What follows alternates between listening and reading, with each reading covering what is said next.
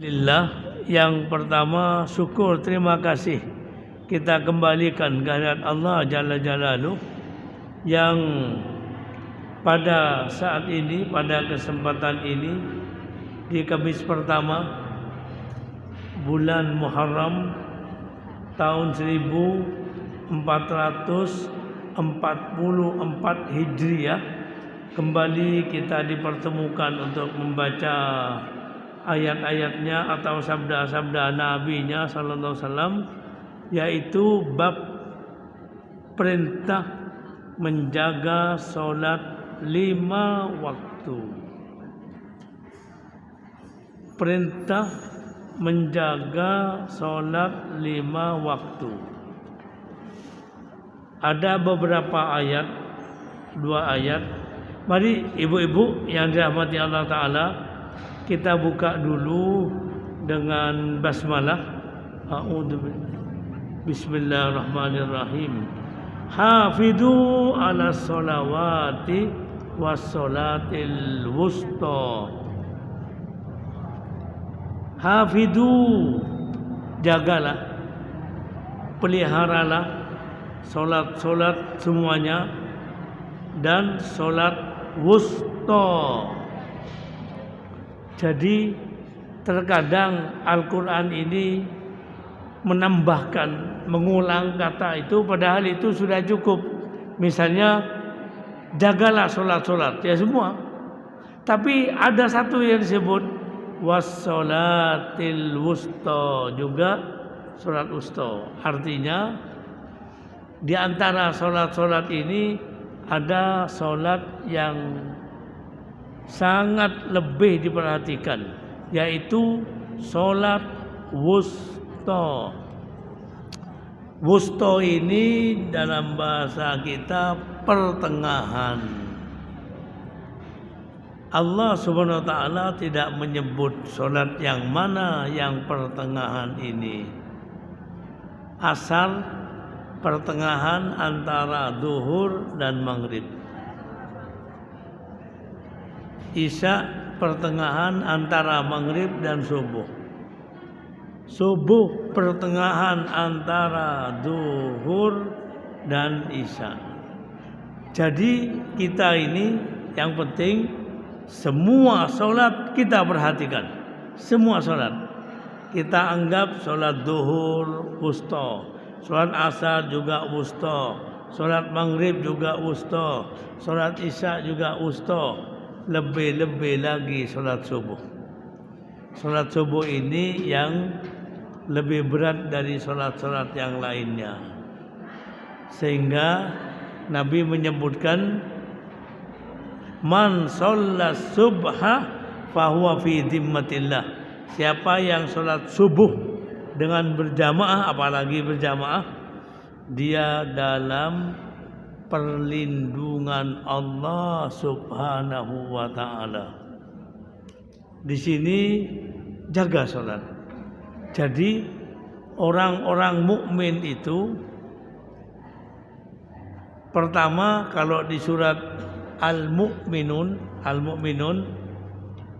pertama, walladzi alladzi qad aflahal mu'minun, beruntunglah orang mukmin itu, alladzina hum fi sholatihim khashi'un, yang mereka itu khusyuk dalam sholatnya.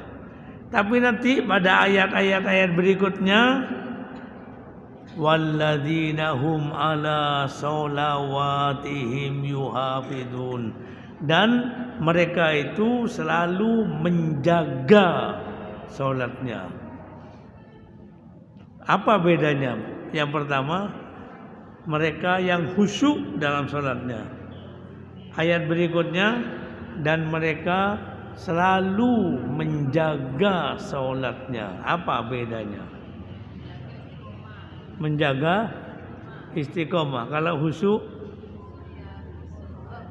jadi kelihatannya khusyuk ini sholat dengan mutu, kualitas, dengan bagus, lidah menyebut-nyebut, hati juga ikut, tangan ikut, kemudian ruku punggung ikut, semua sama semua.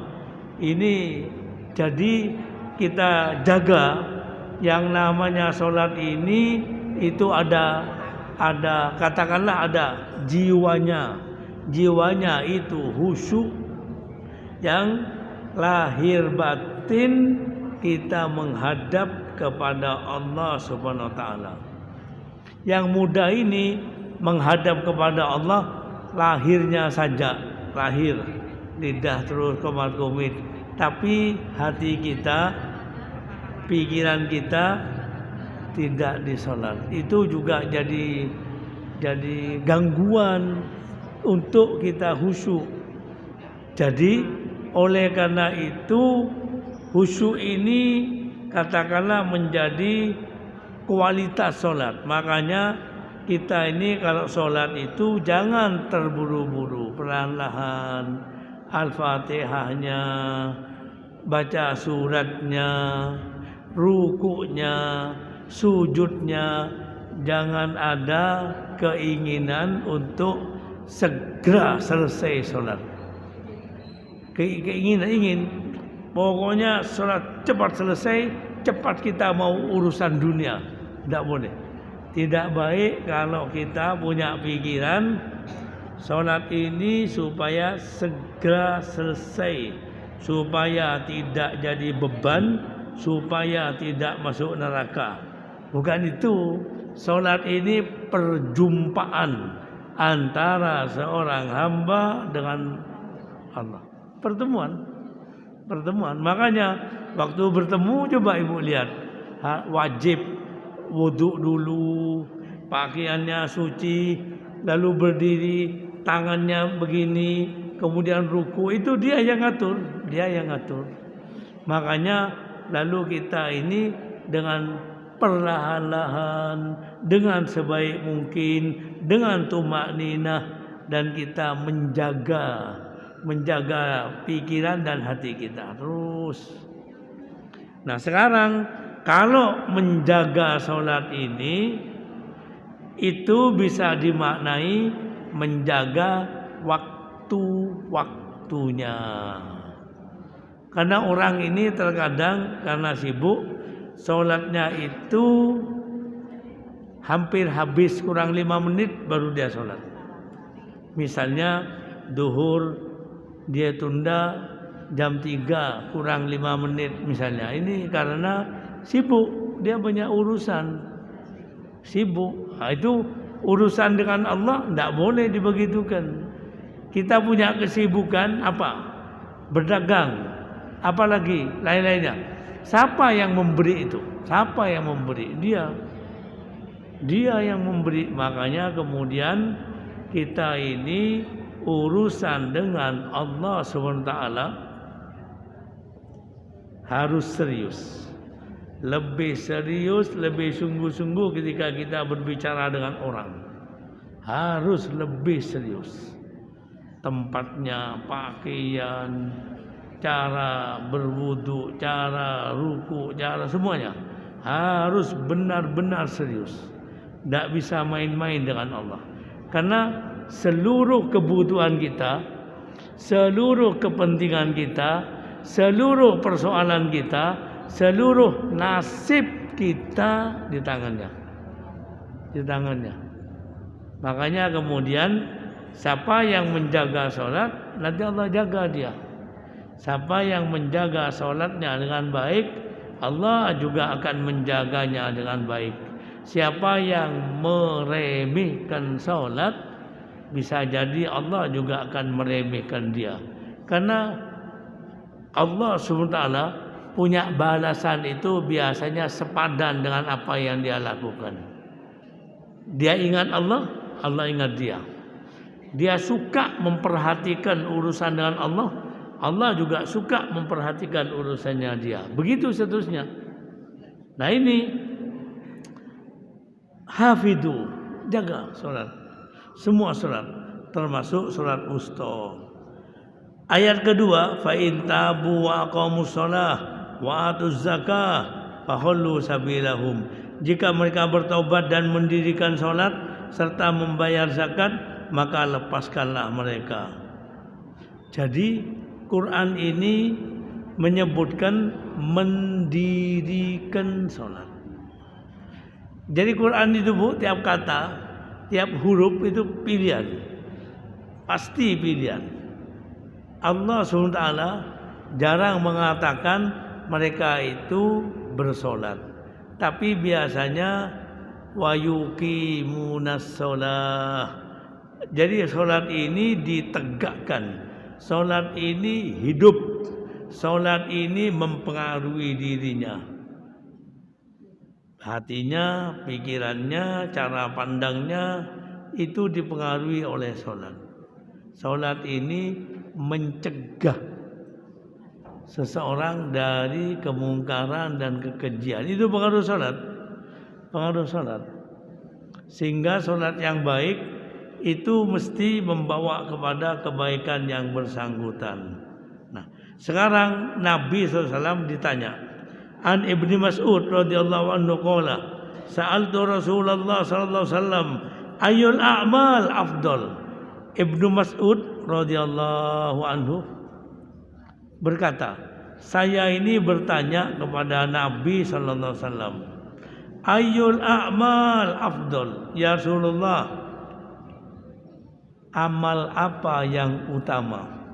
Amal apa yang paling utama?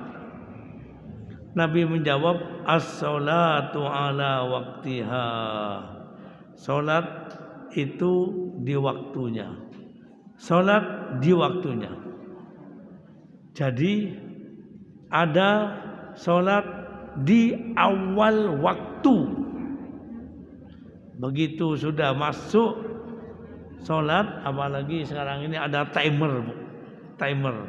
Ini waktu jalan. Masuk duhur, dengar adzan, dia sudah siap untuk melaksanakan sholat. Itu yang luar biasa. Ada sholat di pertengahan waktu. Allah yahdina. Sholat duhur jamnya itu kira-kira 11:30 lewat 10 menit. Katakanlah jam 12 lewat 40 menit. Jam 11 lewat 40 menit. Dia kalau sholat awal waktu ya langsung. Kalau tidak awal waktu pertengahan, dia lakukan sholat itu jam 1. Jam 1. Itu masih boleh. Karena itu apalagi karyawan ASN misalnya, sholatnya itu tidak bisa dia tepat waktu. Itu ada jam istirahat. Jam istirahat misalnya jam 12 sampai jam 1 misalnya. Nah, itu dia manfaatkan betul itu. Pertama kali urusannya dengan Allah Subhanahu wa taala. Lalu kemudian dia selanjutnya. Nah, ini namanya as-shalah ala waktiha. Nanti ada lagi sholatnya itu 1:30. Nanti ada lagi jam 2. Ini sudah mulai, ini mau habis ini waktu ini. Kalau asarnya, kalau maghrib 5:30, asar jam 3 mungkin, jam 3. Nanti dia sholat asar jam 3. Nanti ada orang sholat asar jam 4. Ada orang sholat asar jam 5. Ada nanti orang sholat asar 5:30. Nah, ini sudah artinya dia sudah sedikit meremehkan urusan dia dengan Allah. Yang menyuruh ini Allah, ini bukan undang-undang negara ini. Ini urusan pribadi dengan Allah Subhanahu wa taala. Kata Nabi, amal yang utama salat tepat waktu. Qultu, Ibnu Mas'ud masih bertanya lagi, "Tsumma ayyu, apalagi sesudah itu ya Rasulullah?" Ibnu Mas'ud bertanya, "Apalagi ya Rasulullah?" Nabi menjawab, "Birrul walidain." berbuat baik kepada kedua orang tua. Berbuat baik kepada orang tua. Orang tua ini tentunya banyak ayat-ayat yang Allah perintahkan untuk wabil walidaini ihsana, berbuat baik dengan orang tua. Jadi ketika si anak ini mau pergi, mau berangkat, ada kepentingan. Kata ibunya, anak sebentar, tolong ibu belikan ini dulu. Itu anak kalau baik, dia kata, apa bu? Iya bu. Kalau tidak baik, nanti bu, saya mau ke sana dulu. Itu ibu, anak itu. Itu kurang pas. Datang dia. Ibu perlu apa bu? Ini nak, iya bu, saya belikan. Ini nak uangnya nak. Tidak usah bu, saya punya. Nah, itu yang bagus. Yang tidak bagus, mana uangnya bu? Ya, itu. Umpama. Jadi kalau anak punya hutang pada ibu banyak tidak mempersoalkan. Kadang-kadang tidak ditagih. Tapi kalau ibu punya hutang pada anak, tapi bukan di Kediri, bukan. Ya, ini kebalikannya. Ya. Makanya anak yang birrul walidain, ibunya tadi pinjem, sudah pinjem sekian. Tahu-tahu dia mau pinjem lagi, itu anak baik diberi. Ya bu, ini bu, ada bu, ada. Berikutnya, nak punya uang, pinjam lagi bu, ada bu, ini bu. Ini anak hidupnya mesti nanti barokah, mesti barokah. Bandingkan dengan anak yang tidak berbuat ihsan kepada ibunya, tidak berbuat albir, itu mesti berat keadaan hidupnya. Jadi ada seorang ayah. Seorang ayah ini punya anak laki-laki. Anak ini kemudian, ini sama ya bu, berbuat baik itu kepada ayah dan kepada ibu,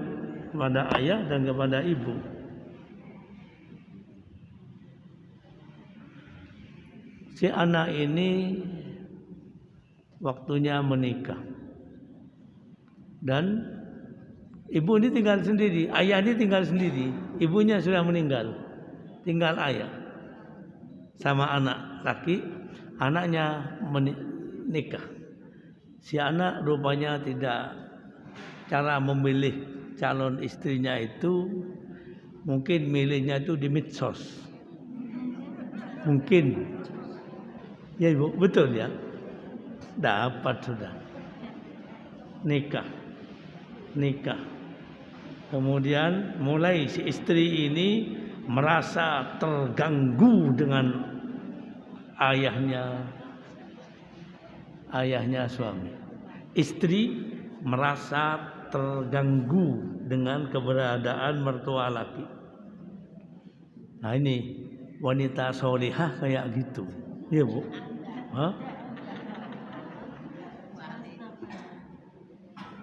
Akhirnya si bapak mulai memasuki usia yang pikirannya ini banyak berubah bu.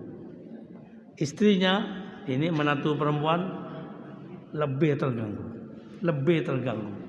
Terus mulutnya ngomel terus ngomel. Ya. Terus ini bukan di Kediri bu, bukan.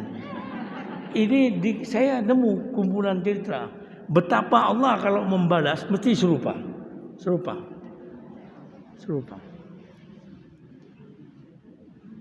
Pada puncaknya si istri bilang, kamu boleh pilih bapakmu atau aku. Ini ayahnya sudah mulai banyak stres, banyak ya. Kata si istri, kamu boleh pilih sekarang, ayahmu atau aku. Tapi si anak ini memberi pengertian kepada istri, memberi pengertian, tapi si istri tidak mau mengerti. Pokoknya bapakmu atau aku, bapakmu atau aku. Akhirnya si anak mengikuti kemauan hawa nafsunya. Lalu malam hari bapaknya waktu keadaan tidur itu dibawa naik ke atas loteng ini, dibuang dari bawah. Dibuang. Meninggal. Dibuatlah terop untuk takziah, seakan-akan ini ayah karena stres terus melompat. Kehidupan berjalan terus.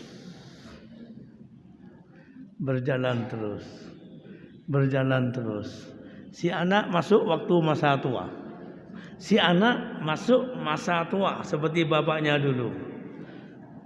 Si anak mulai pikirannya agak linglung. Mulai agak stres. Akhirnya terakhir puncaknya si anak melompat dari tempat itu ke bawah dan mati. Sama ketika dia membuang ayahnya ke bawah, sekarang dia membuang dirinya. Allah. Jadi kata bahasa agama, al jaza min jinsil amal. Yang namanya balasan itu persis serupa dengan apa yang dilakukan. Satu hal yang saya ingat sekali itu, entah karena satu dan lain hal, si anak ini dia membawa ayahnya. Ini kelihatannya katakanlah di luar negeri, katakanlah di Arab, di satu daerah Arab, si anak ini membawa ayahnya untuk dibunuh. Kata ayahnya, "Nak, benar-benar kamu mau bunuh saya?" "Ya, saya mau bunuh." Mungkin ayahnya, "Jangan nak, kasihani bapak nak." "Enggak, saya bunuh." Si kukun, "Saya bunuh, Pak." "Nak, kalau kamu benar-benar mau bunuh saya, jangan di sini. Itu di balik bukit sana. Karena di sanalah dulu saya membunuh ayah saya." Allah, di sana saya bunuh ayah saya. Subhanallah. Pokoknya Allah ini tidak tidur. La ta'khuduhu sinatu wala naum. Kalau di kampung saya itu, kalau orang mau mengingatkan, "Nak, Allah itu tidak buta ya." Artinya waspadai kamu. Kamu tidak berurusan dengan saya, tapi persoalannya nanti akan diambil alih oleh Allah SWT. Nah, ini birrul walidain, berbuat baik kepada kedua orang tua. Abu Hurairah radhiyallahu anhu itu ibunya itu kafir waktu itu. Ibunya ini sering memaki-maki Nabi SAW. Abu Hurairah ini sahabat dekat dengan Nabi SAW. Jadi Abu Hurairah ini menanggung ketika Nabi dicaci maki. Itu sekali waktu Abu Hurairah mengadu kepada Nabi SAW. "Ya Rasulullah, saya sangat mohon, doakan ibu saya supaya dia mau masuk Islam. Doakan ya Rasulullah. Sungguh saya mohon ya Rasulullah." Nabi mendoakan. Tiba-tiba Abu Hurairah pulang, ibunya menyambut Abu Hurairah dan masuk Islam. Jadi mendoakan orang masuk Islam tidak dilarang. Yang dilarang mendoakan orang kafir meninggal memintakan ampunan. Nah, itu yang dilarang. Tidak boleh. Jadi kalau si anak ibunya kafir minta, "Ya Allah, tolong ibu saya, bimbing dia, tunjukkan dia." Itu boleh. Itu Nabi sallallahu alaihi wasallam suka mendoakan yang lain-lain. Abu Hurairah ini tidak mau makan sama ibunya. Kalau mau makan, ibunya dulu. Ayo, ibu duduk makan. Yang mana? Aja pokoknya dia ya, ibunya. Tidak mau makan bersama. Ditanya, kenapa? Ini seingat saya. Wal ilmu indallah. Kenapa kamu tidak mau makan sama ibunya? Saya takut ada lauk itu, ibu saya ingin itu, tapi saya kemudian mendahuluinya mengambil. Takut saya. Walaupun ibunya tidak bilang, ibu ini paling mengalah untuk anak. Apa saja yang ibu mau, tapi anak itu ibu. Itu ibu. Jadi Abu Hurairah takut. Takut tangannya ini mendahului ibunya mengambil lauk. Takut. Sampai sejauh itu. Jadi memang orang-orang dahulu itu makanya mereka itu kehidupannya itu berkah. Makanya kita ini kalau untuk ibu dan ayah kita doakan sebanyak-banyaknya dengan doa Rabbighfirli wali walidayya warhamhuma kama rabbayani shaghira. Terus tidak boleh lupa. Terus menerus. Apalagi beliau berdua sudah wafat. Itu lebih membutuhkan doa kita. Sangat membutuhkan doa kita. Nah, itu yang kedua. Birrul walidain. Nanti birrul walidain ini lawannya, kebalikannya uququl walidain, durhaka kepada ibunya atau kepada ayahnya. Itu yang diharamkan oleh Allah Subhanahu wa taala. Jadi para sahabat ya Bu, ada sahabat Sa'ad bin Abi Waqqas radhiyallahu anhu. Sahabat Sa'ad bin Abi Waqqas itu muslim. Waktu masuk Islam, ibunya tahu dan ibunya marah. Marah besar itu. Marah besar. Tapi Saat terus berbuat baik pada ibunya. Terus berbuat baik. Karena memang harus seperti itu. Akhirnya si ibu ini memberi pilihan. Kamu keluar dari ajaran Muhammad atau saya. Jadi kamu pilih. Ikut Muhammad atau ikut saya. Kamu keluar sekarang, jangan ikut Muhammad. Dan ibunya tuh tidak panggil Nabi Muhammad karena masih kafir. Jadi kata ibunya,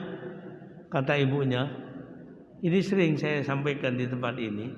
Kata ibunya, Saat keluar, jangan ikut Muhammad, keluar. Jangan Bu, saya pokoknya menentang. Hanya dengan bahasa yang halus. Saat bilang jangan Bu, saya mau tetap bersama Nabi saya. Akhirnya dalam peristiwa itu, ini hanya mengulang kejadian. Saya pernah nyampaikan ini. Kata ibunya, kamu kalau masih ikut Muhammad, saya ini tidak akan makan dan tidak akan minum. Ini kasus. Tidak akan makan, tidak akan minum. Dan itu dilakukan benar-benar oleh ibu ini. Ibu ini sudah tidak kuat karena dia tidak makan, tidak minum. Kira-kira dalam kehidupan ini ibu mana pilihannya ibu? Allah, Nabi Muhammad atau ibunya? Nabi Muhammad atau ibunya mana ini? Kalau dalam kehidupan kita, pilihan kita mana? Ini ibu lah ibu.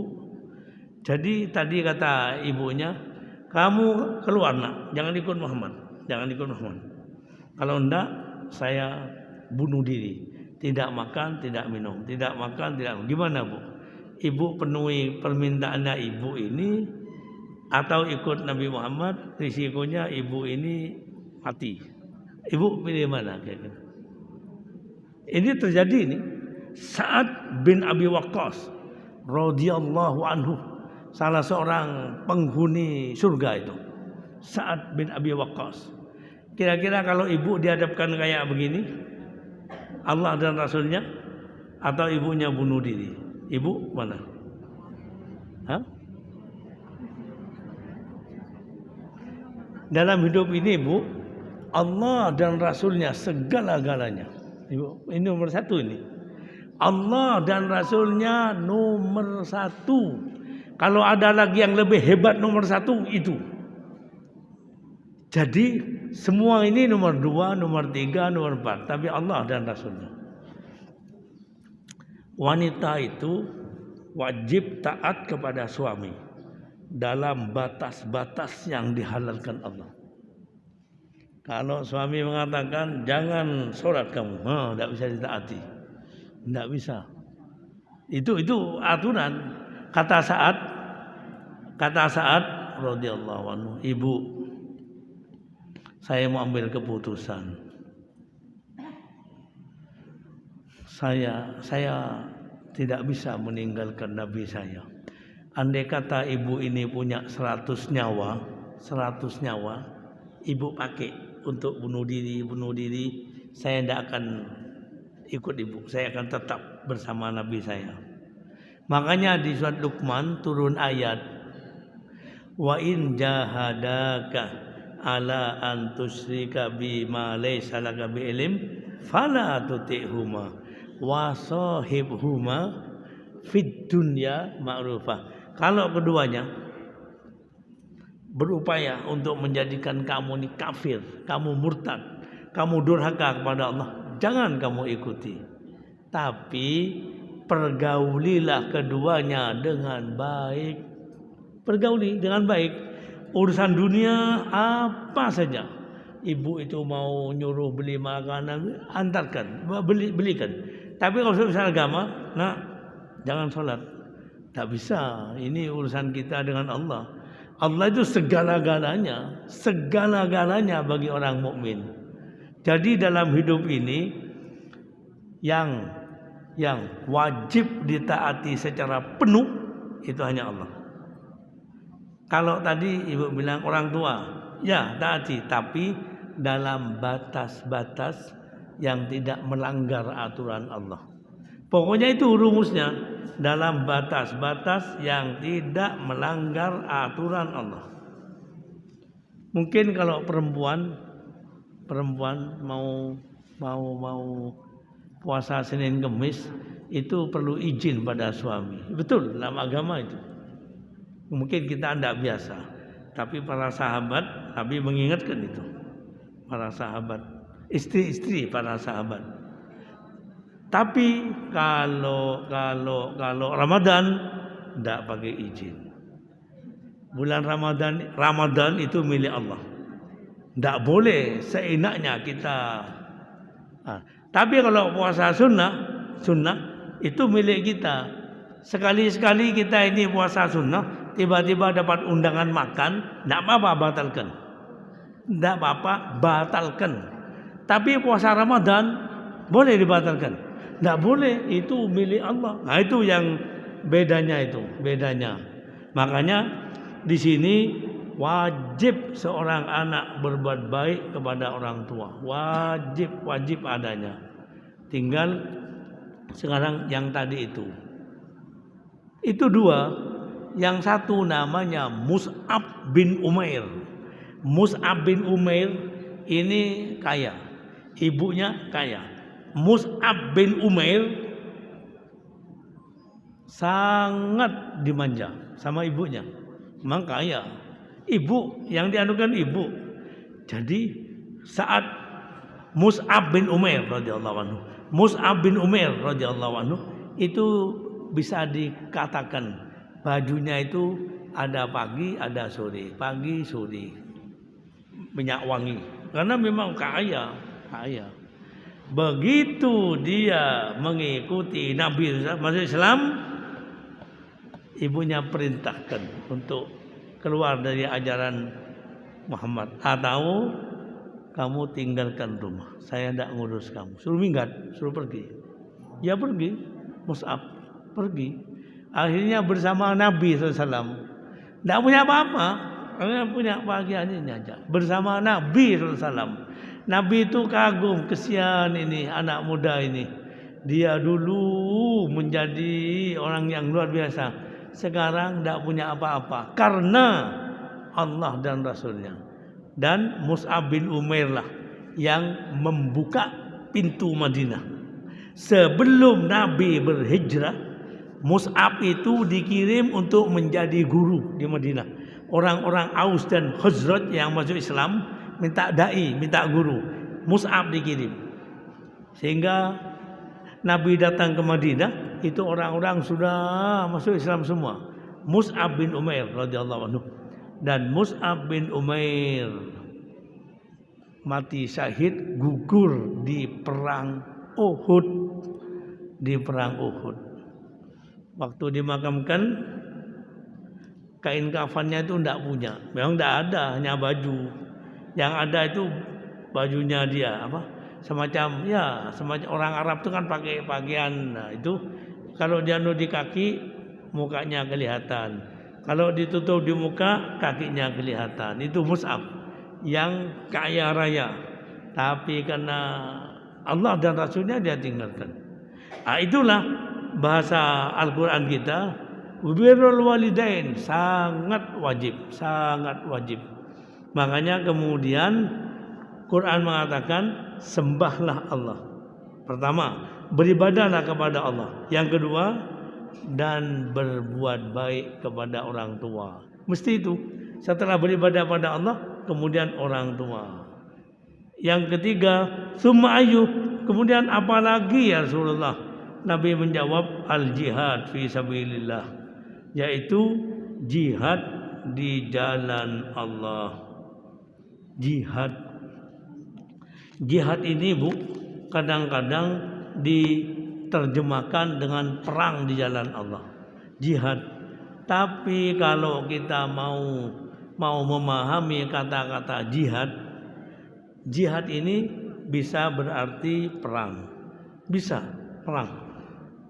Bisa berarti orang tua yang dia keluar dari rumahnya mencari nafkah untuk keluarganya, itu disebut juga jihad.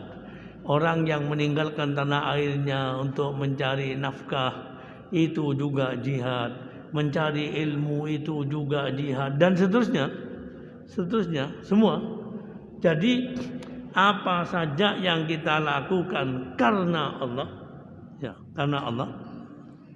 Apalagi di sana ada bencana, lalu kita mengumpulkan bantuan-bantuan dibawa ke sana, nah itu juga jihad fi sabilillah. Nah, ini yang ditanyakan kepada Nabi sallallahu alaihi wasallam, jihad fi sabilillah. Yang penting pokoknya dia keluar dari rumahnya untuk karena Allah. Urusan baik-baik apapun, mungkin dia keluar dari rumah ke sawah untuk bekerja di sawah, itu juga fisabilillah, atau cari ilmu, atau cari nafkah, atau cari apa saja, ini fisabilillah. Dan berikutnya an Ibnu Umar radhiyallahu anhu qala Rasulullah sallallahu alaihi wasallam, bunyal Islam ala khamsin. Islam itu dari Ibnu Umar radhiyallahu anhu, Islam itu dibangun di atas 5 sendi. Syahadatu an la ilaha illallah. Yang pertama syahadat an la ilaha illallah. Yang kedua, yang pertama syahadatu an la ilaha illallah wa anna Muhammadar Rasulullah. Ini syahadatain, syahadat tidak ada ilah selain Allah dan Nabi Muhammad itu adalah utusannya sallallahu alaihi wasallam. Wa iqamis shalah, menegakkan salat. Ini iqamis shalah disebut lagi menegakkan salat. Wa itaiz zakah, mengeluarkan zakat. Wa hajjil bait, menunaikan ibadah haji. Wa saumi Ramadan, dan berpuasa di bulan Ramadan. Ini namanya yaitu rukun Islam. Kemudian berikutnya, di ayat berikutnya itu, di hadis berikutnya juga dari Ibnu Umar, Qala Rasulullah sallallahu alaihi wasallam, umirtu an uqatilan nas hatta yashhadu an la ilaha illallah wa anna muhammadar rasulullah. Saya ini, kata Nabi SAW, diperintah untuk saya ini memerangi manusia sampai mereka itu bersahadat, mengatakan la ilaha illallah Muhammad Rasulullah. Yang kedua, wa yuqimus shalah, menegakkan salat. Yang ketiga, wa yu'tunaz zakat, dan mengeluarkan zakat. Fa idza fa'alu dzalika asamu minni dima'ahum wa amwalahum ila bihaqqil Islam wa hisabuhum 'ala Allah. Kalau mereka sudah bersahadat, sudah menegakkan salat, sudah mengeluarkan zakat, maka tidak boleh diganggu. Hartanya, jiwanya tidak boleh diganggu. Dia terjamin keamanannya. Urusan Islamnya itu setengah hati atau itu urusan Allah, bukan urusan kita.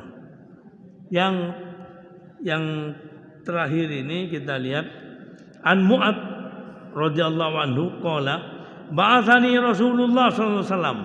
Kata Mu'ad bin Jabal, saya ini diutus oleh Nabi sallallahu alaihi wasallam ke Yaman. Ada tugas Yaman.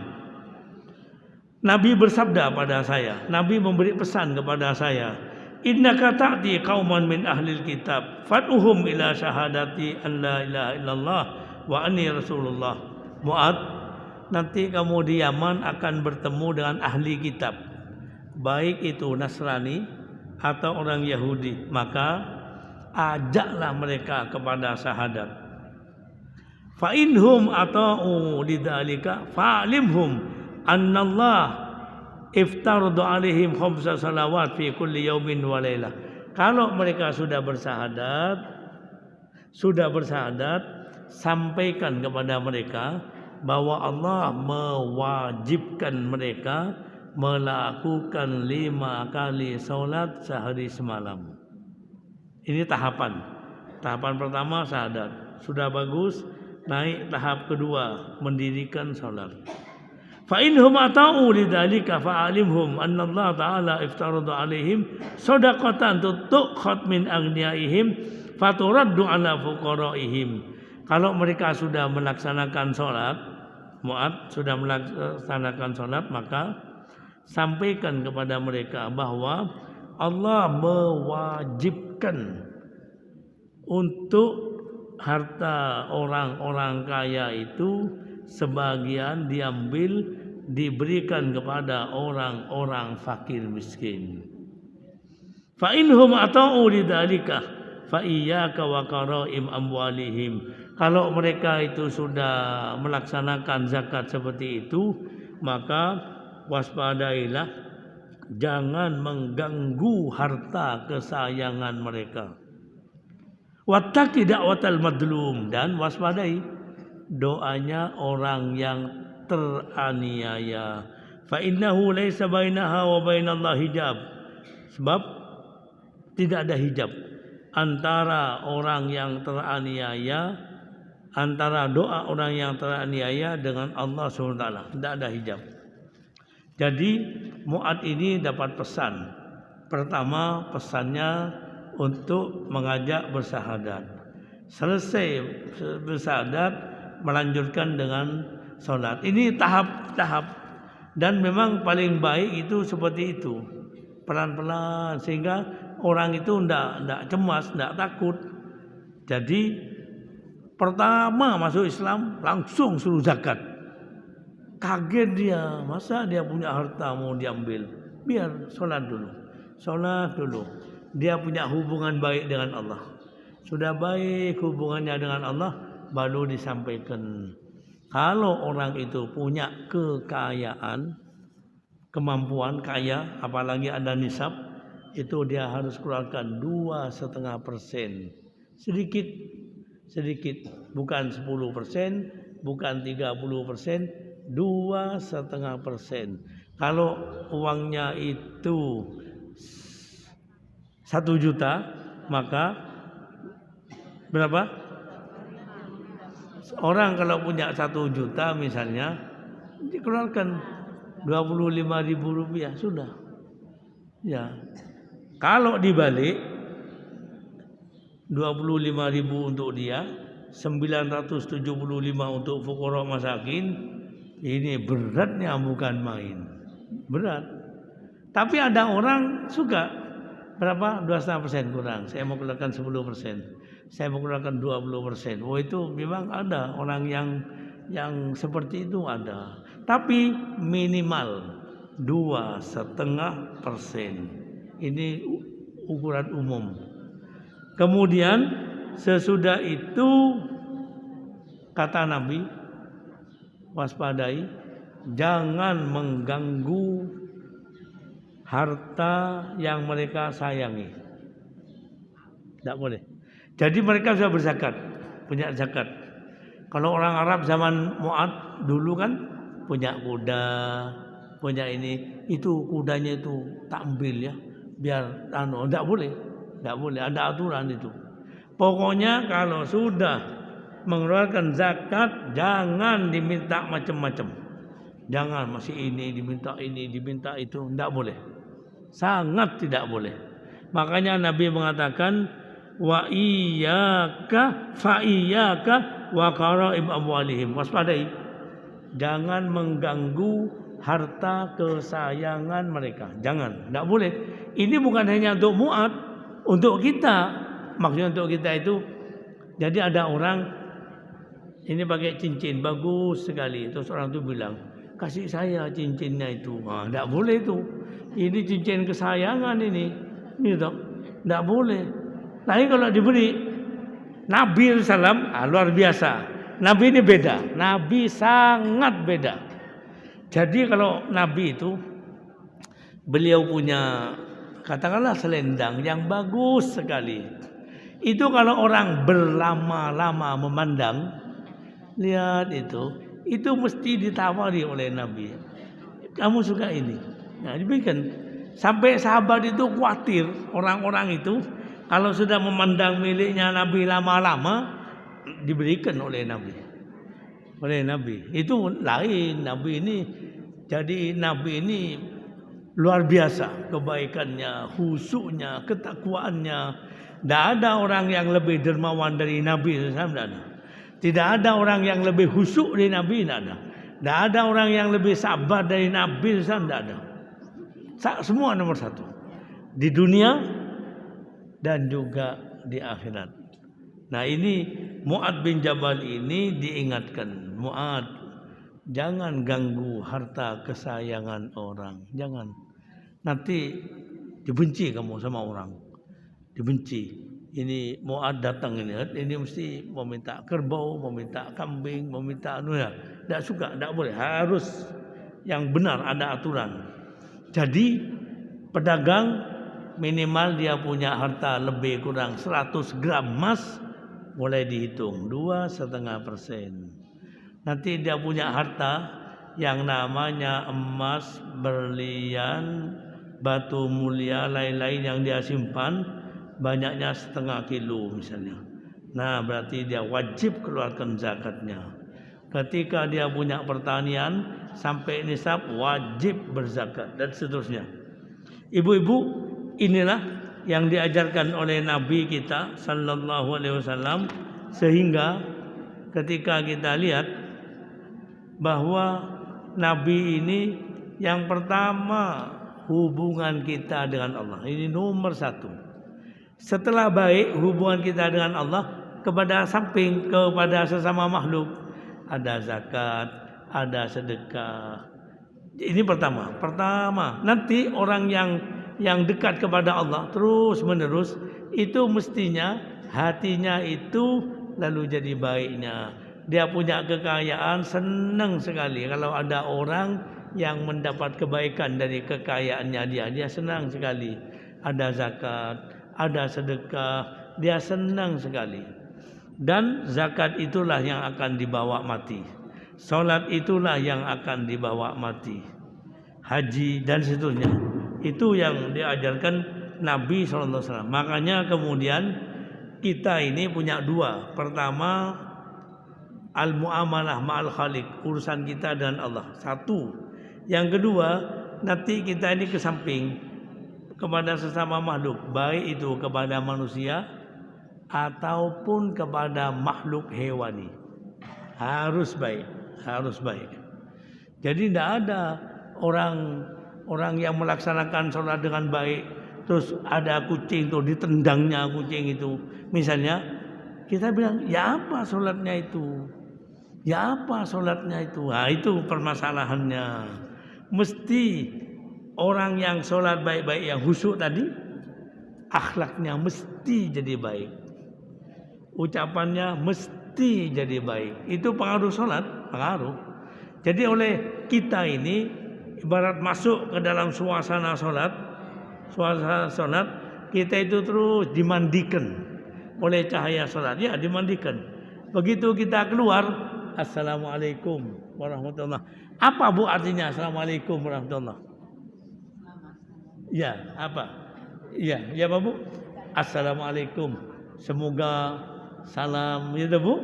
Semoga salam rahmat Allah berlimpah. Assalamualaikum warahmatullah. Ini kalau sholat jamaah. Assalamualaikum warahmatullah. Tapi turunnya bawa sepatunya orang. Nah, gimana ibu? Ya apa? Bagaimana itu dia bilang assalamualaikum warahmatullah?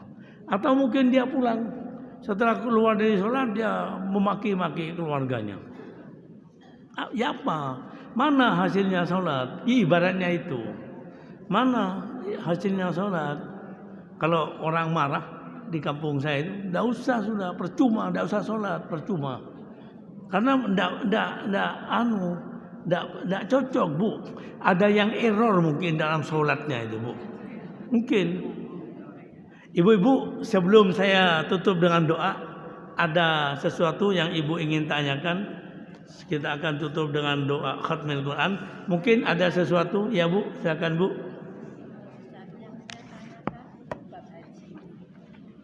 Ya bu.